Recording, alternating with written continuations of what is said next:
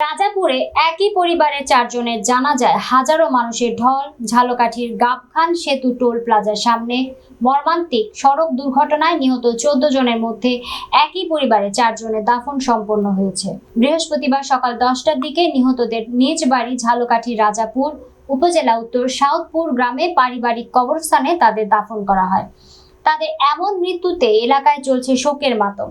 সকাল 10টায় জানাজার নামাজে ছিল হাজারো মানুষের ঢল।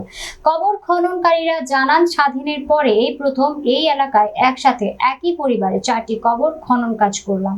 নিহতদের স্বজন ও এলাকাবাসীর দাবি, গাবখান সেতু টোল প্লাজার টোল ঘরটি দূরে সরিয়ে নেওয়া হোক অথবা টোল ঘরটি বন্ধ করে দেওয়া হোক এবং এই দুর্ঘটনায় দোষীদের দ্রুত আইনের আওতায় এনে কঠোর বিচার করা হোক। উল্লেখ্য, গতকাল বুধবার দুপুরে ঝালকাঠির গাবখান সেতু টোল প্লাজা এলাকায় টোল দেওয়ার জন্য অপেক্ষায় থাকা প্রাইভেট কার সহ কয়েকটি ইজি বাইককে পেছন থেকে সিমেন্ট বোঝা একটি ট্রাক নিয়ন্ত্রণ হারিয়ে পেছন দিক থেকে প্রাইভেট কার ও ইজি বাইকগুলোকে চাপা দেয়। এই ঘটনায় একই পরিবারের 4 জন সহ 12 জন ঘটনাস্থলে নিহত হয়।